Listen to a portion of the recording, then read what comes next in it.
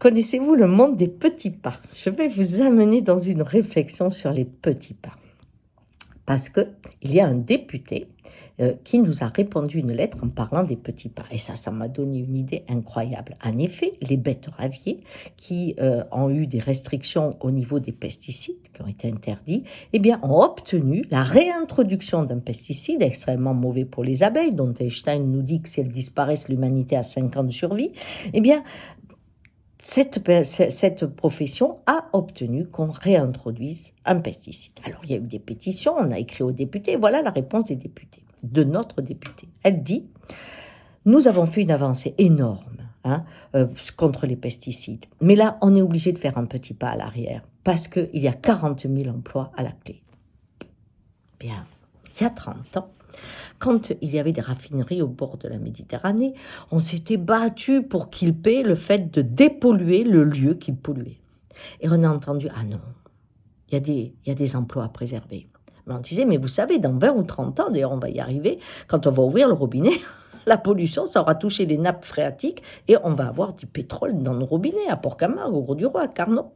Non. Quand on a commencé à construire, ou toujours au bord de la Méditerranée, à certains endroits qui étaient marécageux et inondables, on a dit non, mais là ça le fait plus, là c'est bon.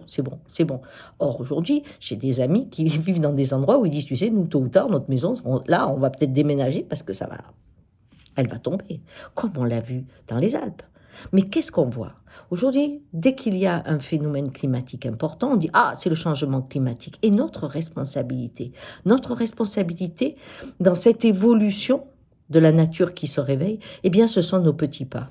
Je transgresse ici, je transgresse là, je transgresse à tel endroit, pour une raison politique, pour une raison économique, pour l'évolution, pour l'emploi, pour de bonnes raisons. Mais la nature qui a besoin d'un équilibre, que ce soit pour les forêts, ça rapporte pas assez, les petits murs, ça coûte trop cher, les chemins, il faut pas les entretenir.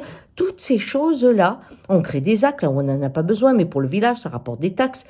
Tous ces petits pas, en dehors de la logique, de l'harmonie, du vivre ensemble avec notre famille qui est la nature, eh bien, aujourd'hui, amènent des tsunamis. Et ce sont ces tsunamis auxquels on aura à faire face. Vous allez me dire, t'exagères, Ghislaine. Non. Regardez dans votre couple. Quand on voit dans les couples où la violence s'installe, ça ne s'installe pas comme ça.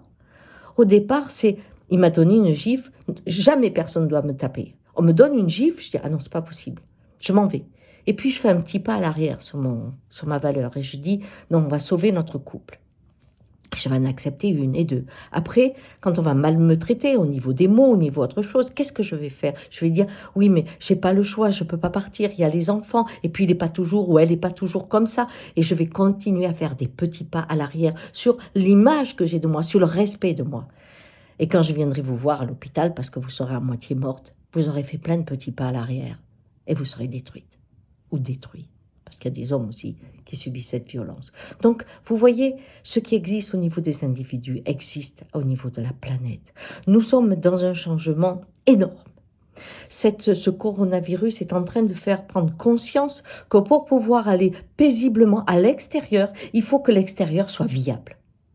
Alors, on n'a pas besoin d'avoir, comme on peut avoir à Singapour, un appareil qui nous dit « Oh, tu sors pas aujourd'hui parce que c'est trop pollué ». Ou alors à Tokyo, où on nous dit « Tiens, attends, là, il y a c'est irradié, il faut pas que tu prennes ce légume ». C'est pas des appareils qu'on a besoin. On a besoin que la nature retrouve ce côté paisible entre elle et nous. Et pas ce danger qui est en train de naître, cette peur du monde extérieur va nous ramener aux peurs premières, originelles de la forêt quand on s'en est séparé.